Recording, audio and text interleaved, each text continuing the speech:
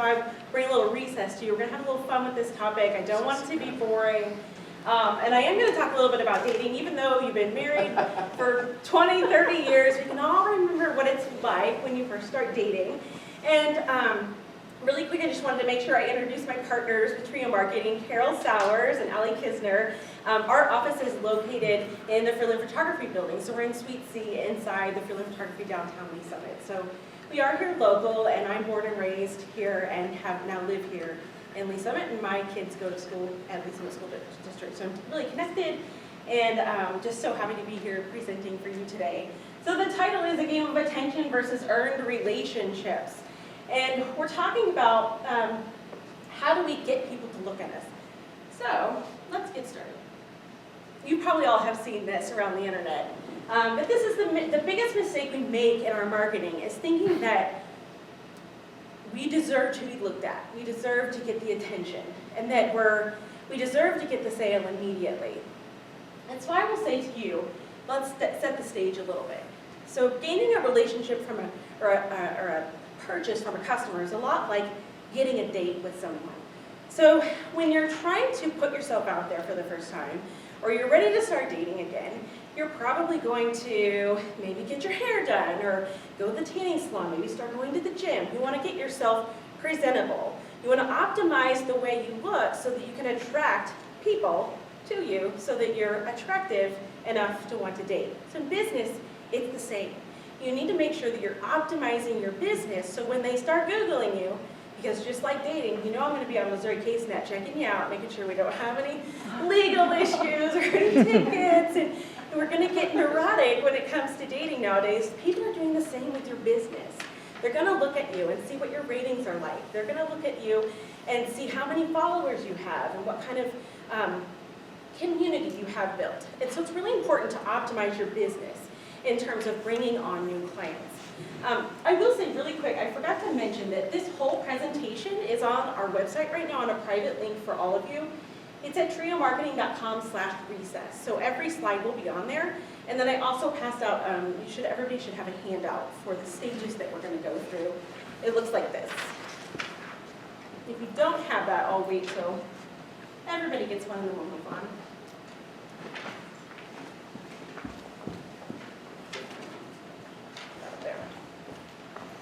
So what we're looking at is how do we get their attention? How do we get them to turn around and say, ooh, I like this company, I'm going to buy from them. So what we have done at Treo Marketing is set up a success path for your customers. We start with the awareness stage, and we're going to walk through each one of these stages, and I'll watch my time because I know everybody needs to get out by 5:15. But the stages of a customer success path and the steps to getting them from moving to a stranger to a valued influencer within your business are in these 8 steps. So we start with awareness. They can't know you're available to be on the market unless they know that you exist. Then we have a participant, a subscriber, customer, energized customer, rising star, brand champions, and then our final stage is an influencer. Does everybody have one now? I'll get drinking water while you're up.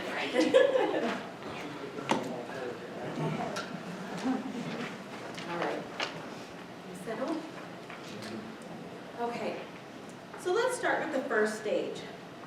In this stage, it's very important to understand, in the awareness stage, you will not be asking for anyone to buy anything. You're just letting them know that we're ready to start dating. We're putting ourselves out there. We're getting on the market. So we're calling this the awareness stage. Before someone can buy from you, they need to know that you exist. In this stage, don't directly try to sell a product. This stage, your potential customers are just checking you out. So this would be the equivalent of somebody they find you on Match.com or something, they're going to go to your Facebook page and check you out, see all the pictures you have. Do you have a cat? Do you have a dog? I don't know. Maybe we might match, I'm not sure. Customers are going to do the same thing with you online.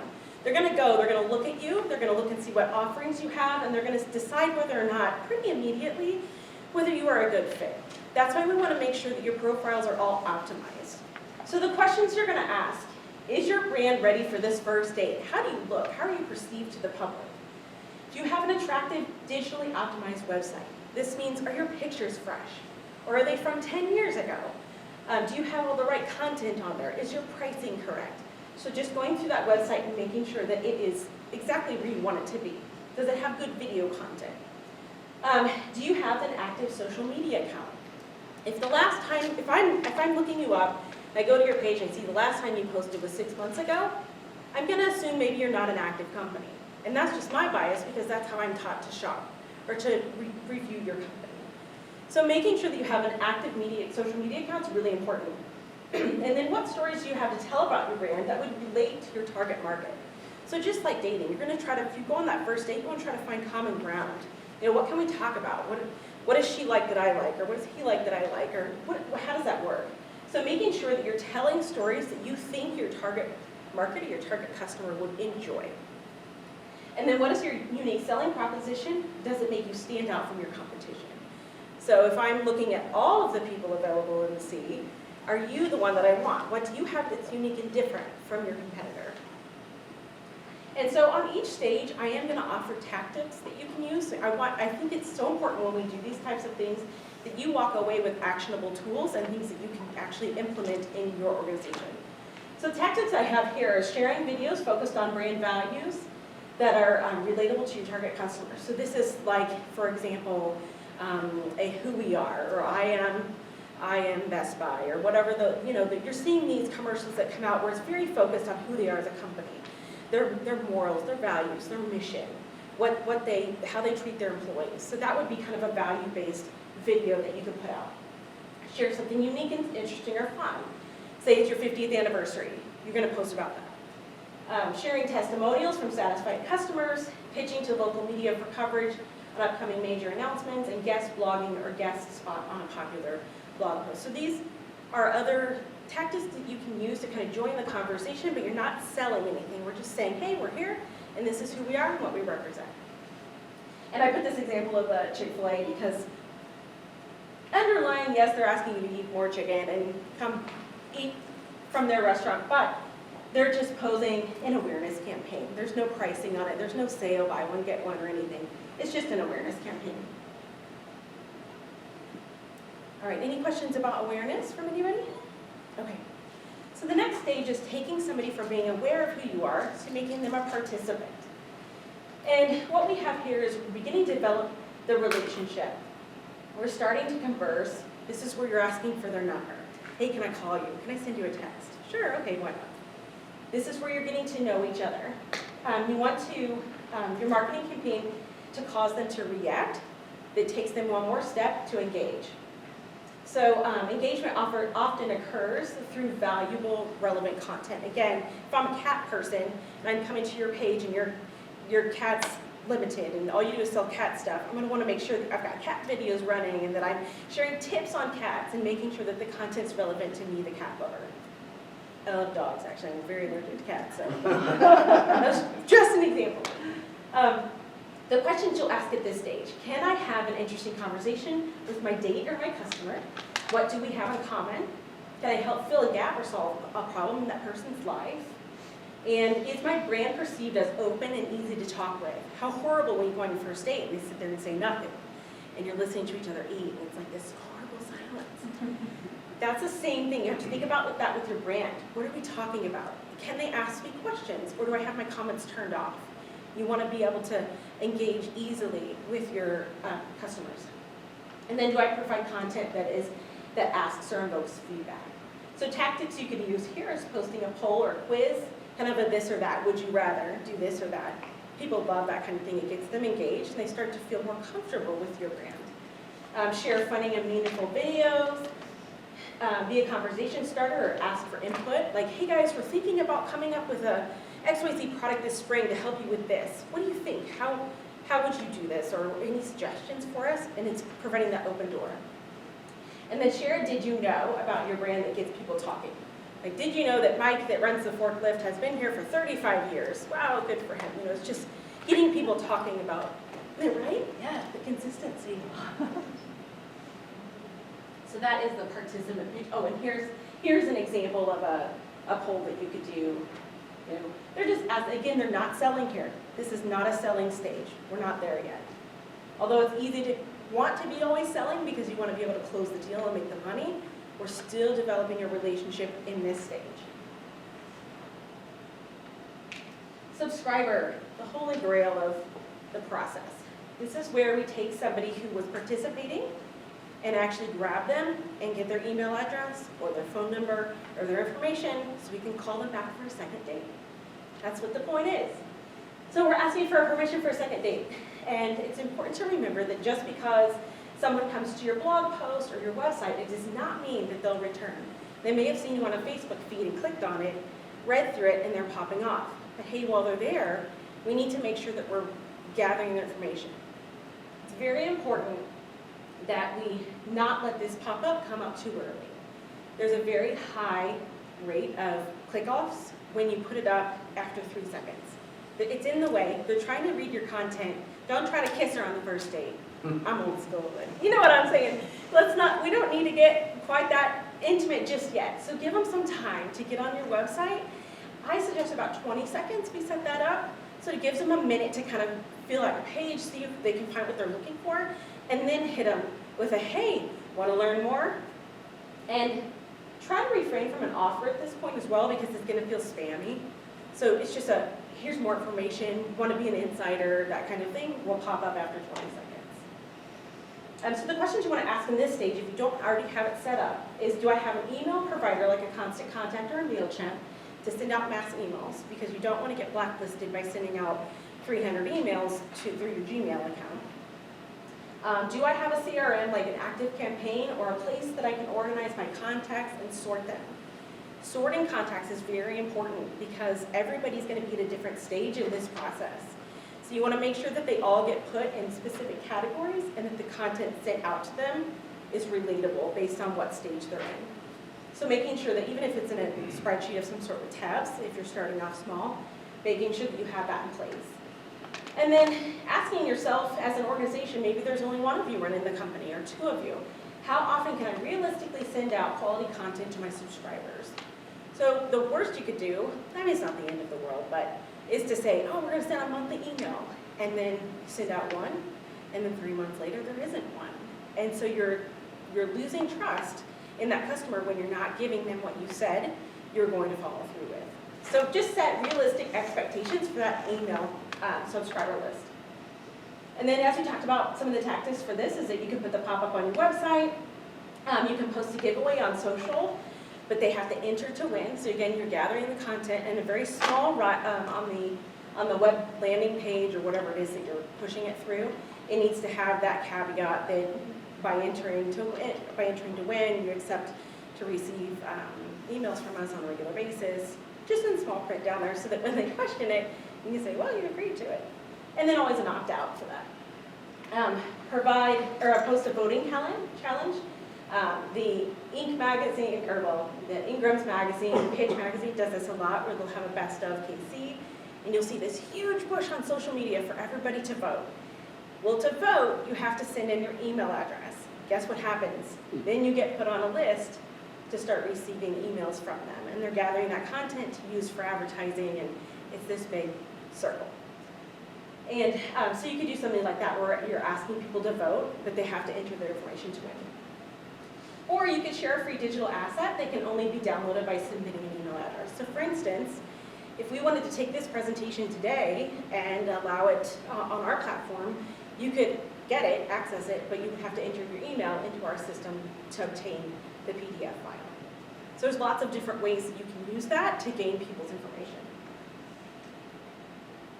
Any questions about the subscriber stage? How many of you have a subscriber list? Yeah, it's new, but it's not. But you're seeing now that people are leaving social media, you're seeing a huge hit on people wanting to get emails because you still have control over that platform. So it's probably one of the most important things you can do in marketing right now is try to drive traffic to that email list. So that if they do disappear from Facebook or the ad algorithm changes on Facebook, that you still have access to your people. You want them to be on that list. All right. Convert to a paying customer. This is kind of where we're headed this whole time. We want them to buy from us. So we're making a commitment, we're going steady. Will you go out with me? Can we be boyfriend, girlfriend? This is what this stage is all about. We're asking them to commit to us as a customer. So in this stage, it's critical that your customer's going to invest their time and money. So we want to make sure that it's an entry point offer that you have. So you may have really high-end offers for people who are current clients. They're rock stars, they come back from war. But you also want to offer something low. It's a high value, but it's not going to break the bank if they purchase it from you. And it's just giving them a little taste of who you are as an organization and kind of making them feel comfortable with who you are. You're letting them in the door. So low obligation offer for new customers. An example of that would be like a buy one, get one free. So if they've subscribed to your email list, you're going to take that list of new customers and shoot them out a, hey, thanks for subscribing, here's a buy one, get one free. Oh, cool, well I haven't used mine yet, so I'm going to go use it. And most likely when they're there, they're going to buy more. So questions to ask in this stage. Do I have a low ticket item to sell for new customers getting to know me? And by offering this item, am I still covering my costs? We don't want to give away the farm. We want to make sure that we're still covering costs. But having something that's a low ticket item is very important. And tactics for this is ask for a small commitment from, we say, about $80 to $20. Aim to cover your costs acquiring the customer. You will make more in the long run because they will come back. Once they make that first purchase, they're going to get excited, and hopefully you're hitting them up with some emails, and they'll come back for more purchases. Offer a discounted trial service or a percentage off, like we've talked about with the buy one, get one. All right, so at this point, we are down here at this stage, the energized customer. And I will tell you, none of this happens in one marketing campaign. This takes multiple different marketing campaigns to move somebody from awareness down to an engaged customer where they're buying from you frequently. And it won't come overnight, and it's not easy. You don't have to break the bank getting there because there's a lot of free options, but just know that there are multiple steps you have to take in your marketing plan in order to get there. And I'll cover that in a little bit. So, how do we move somebody from being just a customer who bought one thing to an energized customer who's somebody that buys multiple items from you? So this is a value-based relationship. So you're making sure that your customer gets value from their transaction to keep them happy. We're moving them along the process, wanting them to purchase more. This stage is ensuring that they're getting value from doing business with you right away. So offering an exclusive or free bonus is a great way to start. So let's say that they've purchased from you, and like this example through Shopify, you can set up your own email templates after they purchased. So you would have maybe a gift for you, or thank you for your purchase, here's something additional for you. And it's that immediate value. It comes in their order form straight to their email. So example of an energized customer or rising star, this would be a transactional marketing campaign. So the goal here is to energize the customer to purchase more. The content that you would need is some type of order confirmation email. The traffic source would be an email host, wherever they're purchasing from. And then the call to action would be something like, thank you for shopping with us, you ordered XYZ. We'll send your tracking number when your items ship, and because you purchased this, we recommend also buying XYZ. Click here to learn more. We hope to see you again. So Amazon does this on their order fulfillment. You'll see at the bottom, it'll say, thank you for your order. Because you ordered this, we think you also might be interested in these 5 things. And then you go, ooh, eye candy, click. What's this? Oh, my son needs this, click. And before you know it, you're out of there with not only the camera, but you got the SD card, extra batteries, a lens, and a bag to go with it. And then you look at your bill and you're like, oh, oops, I shouldn't have done that. But that's what it is. It's an upsell. It's a classic upsell. But that's what we're doing. We're trying to get the customer to that next level of being energized where they're so comfortable with you, they're willing to go and purchase more and more. All right, so this is Rising Star. This is getting somebody who's very comfortable with you where they're packaging, like I was talking about with Amazon. This is actually on the Amazon sell page where this is an item purchase. I only use this as an example because I got one for my son for Christmas. And of course, I'm like, what? I have to buy this with it too? And I didn't know. But it's a bundled package. How genius. You're going to make me buy all this other stuff for half the price or $25 off because I bundled them together. That's what we're getting to with this Rising Customer stage. If things are getting serious, the Rising Star in this stage, it's the success path where your customer will be ready to buy more, spend more frequently. We're thinking add-ons and higher ticket items. So questions to ask yourself here: what do I buy the person that has everything? So getting creative with your offerings. So let's say they've already purchased a widget from your organization. What else could they buy that could go with that? Or what else could I offer to make that better? So let's say you're a car dealership and they just bought a car and they're so excited, what else can we do? Or it's a month out and they bought their car, they're super excited. You're gonna send them a package for a free car wash for a year.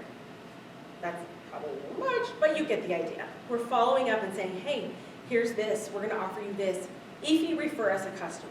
Or if you do this, come in and have your car serviced here and get this. So it's bringing them back in for more. Do we have any new product developments? And that could be going back to your customers and asking them, what would you like to see? Do you want something more? And then are we innovative and keeping up with the demand? So tactics here would be like VIP access to a special offer or members only option, creating package bundles for higher value, and then making an offer that will improve the customer's experience and increase the value of their buy. We see it all the time, but we don't really conceptualize it until we see that they're taking you on this journey. They've brought you all this way, and they're making the most of your relationship. Okay, we're engaged. At this point, we've got a brand champion. We're moving in together, Mom. We're getting married. So this is where you're engaged. You're about to start a relationship together full time. You guys are going to be doing great things together. You and your customer are engaged. You're happy. They're telling everybody about you. They're so excited. So brand champion is someone who speaks positively about your brand or organization. They have a long relationship with you and have built trust and a positive experience. Congratulations, at this step you've gained zombie loyalists. They will follow you anywhere. So this is really the cream of the crop here is your brand champions, the people that no matter what you do or how you fail, they still love you. They're going to follow you their entire life. And this is really what we're trying to attain. It's difficult, but you can get there. So keep your brand champions engaged in spreading the word. So we're going to ask for testimonials, create testimonial videos. So we're going to put them to work. Once we know that they exist, we're going to ask them to help us in a very polite way and maybe with some incentives. So we're going to ask for testimonials and create a contest to win free product by shooting a review. So you'll say, hey, we'll send you our new lipstick if you tell everybody how great it is and give a review. They post it on their social, everybody sees it, it makes sense. Put a link to buy. We're asking for those online reviews, and we're using SurveyMonkey to survey your brand champions to see if maybe how you could do better, because they always like to be a participant in your organization, so making sure that they feel active in that. And then offer maybe buy one, get one free for a referral that would come in through their name. This is the fun stage of marketing for us because we get a hold of people that love your company and we can use them to help excel those sales. And most of the time it's free.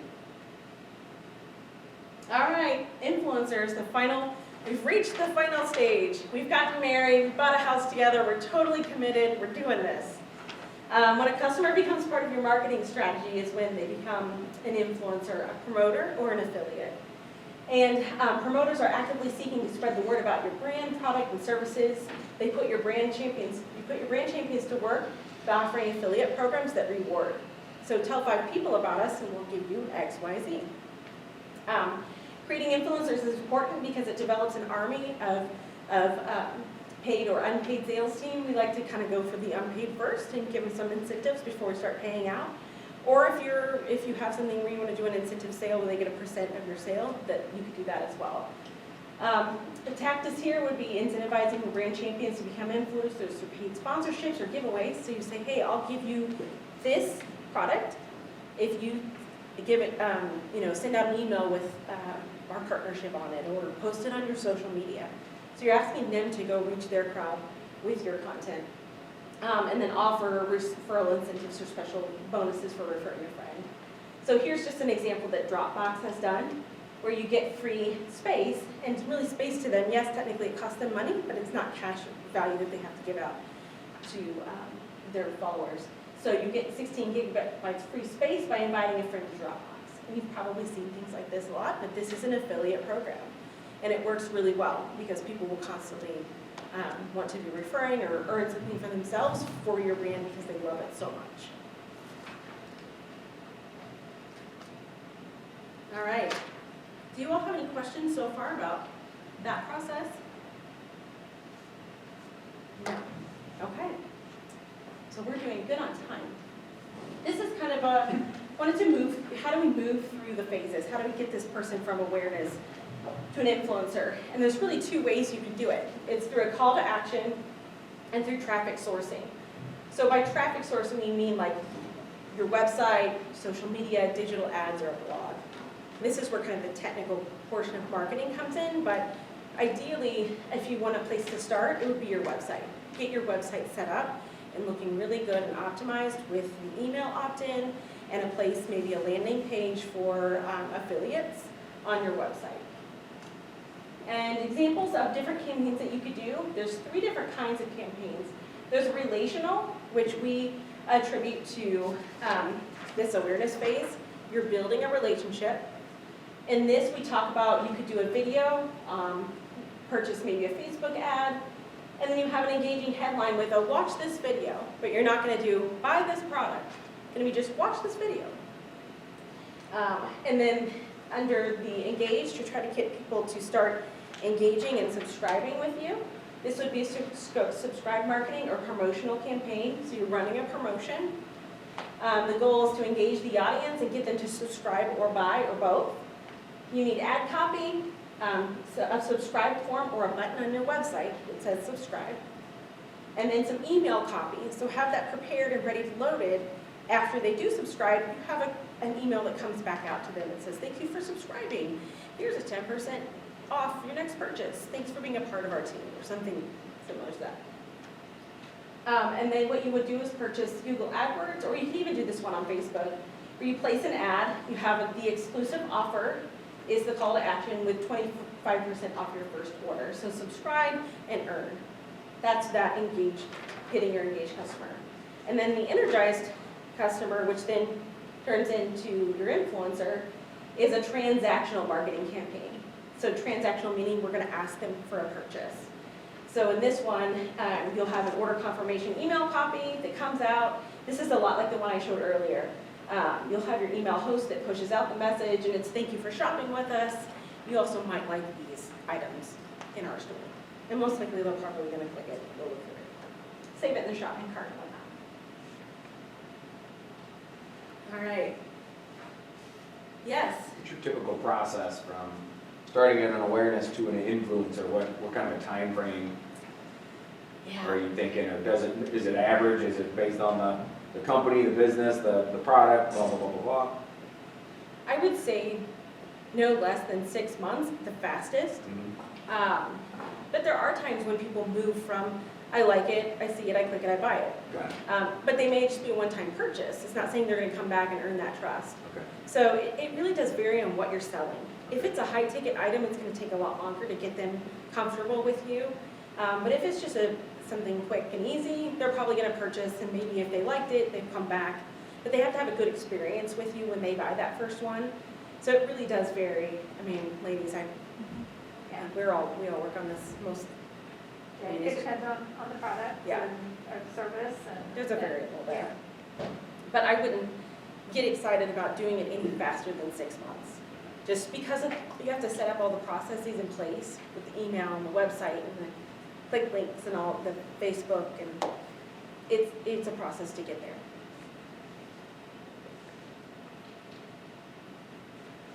I thought this was really on target here because it truly is about tell me you love me on Facebook also. Everyone will know how much you love me. And truly it's the same for a business. Go to my page and send me a review. Give me 5-star reviews. Say how much you love me so that all my friends know that you love me. It's the exact same concept. So my final thoughts to you would be that you might be trying to move people, and this has a lot to do with your question you just asked, but moving people from a stranger to an influencer one step in a marketing campaign, but it's just truly impossible. You can create one marketing campaign that moves a stranger to an influencer. Sorry, you can't create that campaign in one step. You will need to create multiple campaigns, and that's when we talk about pulling them out into categories based on where they are in the process, and really set up a strategy for each stage. So if we were to break it down, we don't want to do all 8 stages. Truly, you just need to have awareness, subscriber, customer. Those would be the 3 I focus on. The rest are all, gold if you can get them, but that would be truly where those 3 stages would be the main focus. So you'll create multiple campaigns to grab their attention, to get them to engage, and then to get them to purchase. Those would be your 3 categories. And then you want to date your customers by earning their respect, which means you're trying to have that open conversation with them online, having them get to know you get to know them, make them look good, feel good, and you'll build a long-lasting relationship with them where they can keep coming back for more. So let's say you sell a really awesome t-shirt for the Chiefs or something, and they buy one because it's all the mania right now, and you think, oh man, I made like $4,000 in sales because I made this shirt. How can I get them coming back? Well, Royal season is coming up, so maybe we might have a new design. So it's just kind of always teasing them with what's next. And then every customer will be in a different stage of this journey. This is why it's important to diversify your message with multiple different campaigns to make all of your stages feel like they're being heard and that they're being acknowledged and they're comfortable with you in whatever stage they're in. So there is no easy tie a ribbon on it and send it out. It truly is a 3-pronged phase of making sure that you exist, getting them to engage with you, and then earning them as a customer.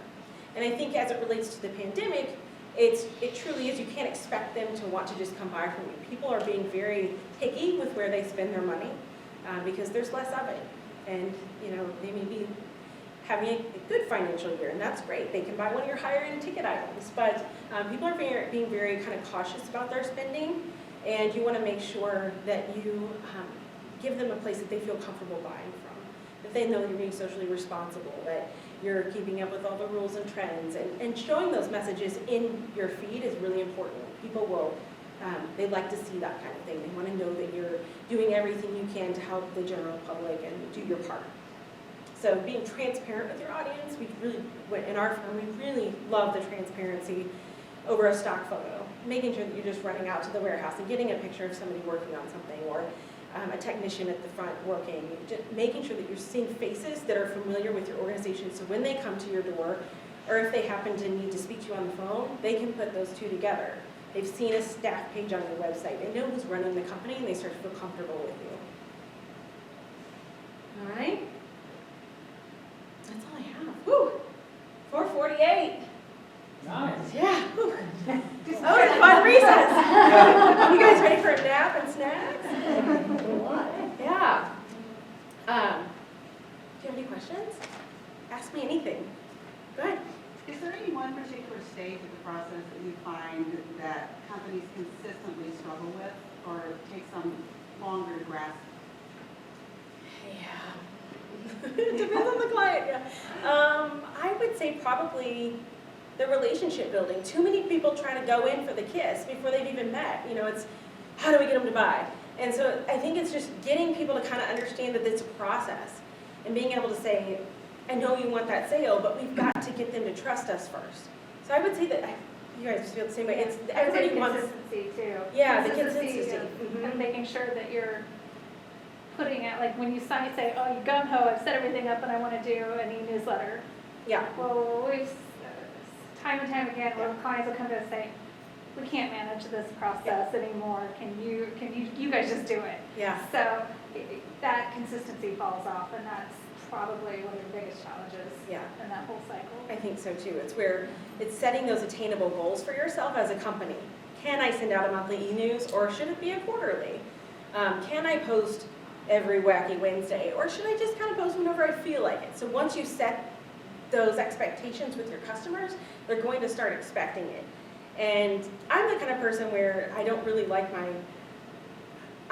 consistent, but I'm also creative, and if I have a great fun idea, I want to be able to post whenever I want. So for me to be constrained by a wacky Wednesday or throwback Thursday, I just want to be able to be free and transparent with my communication. But that works for some people because they want to schedule it out. So you could load your schedule for those content to post every Thursday or every Wednesday, and that's helpful. But for me, I like to just kind of post whenever, so I've not ever set up that expectation for anything I do. We have some clients that will say, we for sure want to post at least 3 times a week. Okay? And so we set that expectation, we schedule it, and we get it going. So yeah, I think that's a good point. The trying to get to the money too fast and then keeping up with the expectation of the journey. Yeah? I have 2 questions. So back to that as far as posting on social media, is there any rule of thumb on what's too little and too much? I mean, if you can post every day, that would be good. Some people post 3 and 4 times a day. And here's why. So the Facebook algorithm is set so that depending on if you're a group or a page or an individual, it shows the content to people that are watching you. So if they see it, they're probably going to get fed it again. If you have somebody who isn't necessarily active on your page or a participant, they're probably not going to show them that information that often. So having said that, you have to understand that you need to hit as many times as possible, hoping to grab as many fish as you can out of that sea of people that are kind of just scrolling by. The expectation, I mean, realistically depends on the size of your company. Ideally, once a day, but if you can't do once a day, 3 times a week.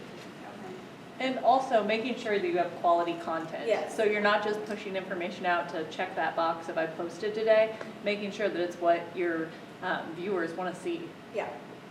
I've got a question. What about LinkedIn? That's a big one. Yes. Yeah. How can you navigate that and get some good, solid traction? So that's where you start taking those stories that have to do with your organization, your wins.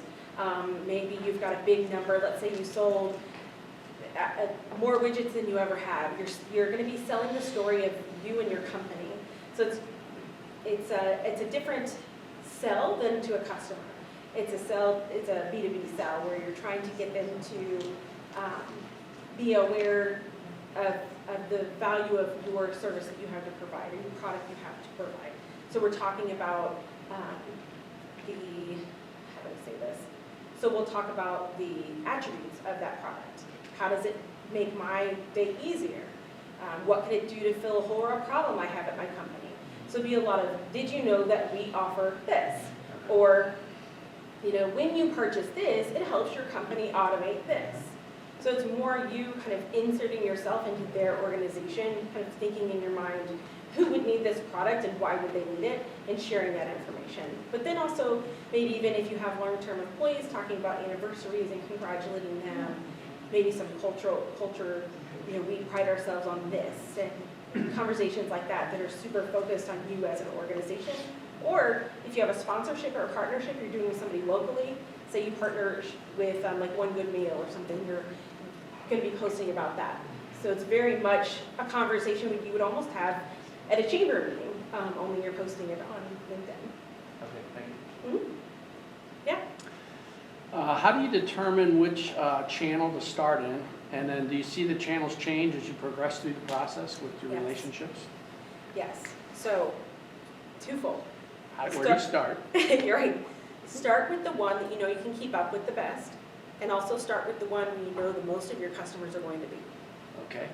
So if you Hopefully are those two are the same.